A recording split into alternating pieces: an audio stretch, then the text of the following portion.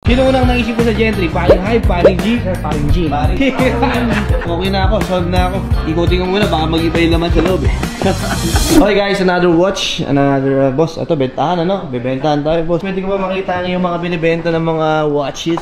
So, wala akong idea. Wala akong idea. Dad ko to. Ngayon, pinapabenta niya sa akin. Ang unang pumasok sa isip ko, Gentry type pieces. Sino unang naisip ko sa Gentry? Paring Hype, Paring G? Paring G. Ano sir, lagi kong napapanood yung mga videos, clips, lalo sa TikTok. Paring Hype, Paring G. Appreciate Paring Diyan pa lang eh, okay na ako, solve na ako. Pero siyempre, ikutin ko muna, baka mag-iba yung laman sa loob eh. Ayun, Explorer 2 Black Dial. Okay naman siya. Everything is here.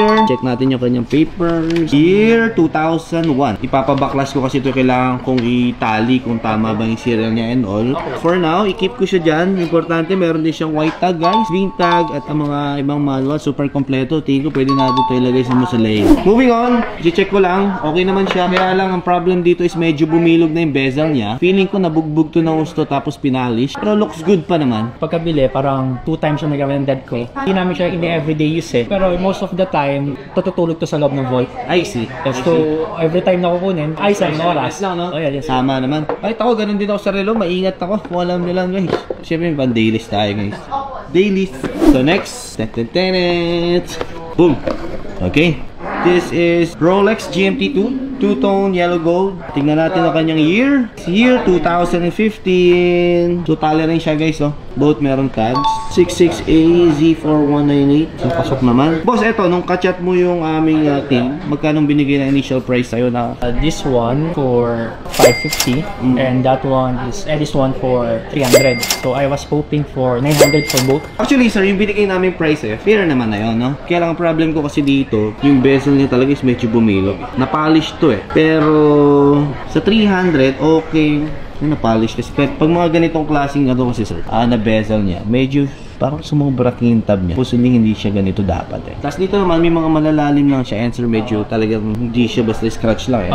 Ang initial offer talaga namin is 550 and 300 sana, di ba? Actually sir, hindi ko kaya na maitaas na konti. Actually gusto ko sana tumawad kahit more. Supposedly 850 sana siya, di ba? Kaya mo ba kahit 830 sa dalawa? Para ma-cover up ko lang yung mga scratches and all niya. Yung price, ko-confirm ko sa dad ko kung okay sa kanya. Tatawag lang sa kanya. Confirm mo.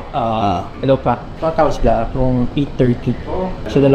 Kasi may mga kailangan ka mong i-service. From 850 kasi yung pinakit. Sige po. Kasi sir, sa 850 sir din na. 850? Taga saan ka sir? Santa Rosa pa sir. Layo mo. Ako naman lang sa'yo. Sige na. Sige, dandil mo. Salamat naman dami. Dandil tayo for both watch, 850. Sana mabenta natin. 850. Thank you so much, brother. Thank you, bossing, sa mabilis na transaction. Salamat na marami.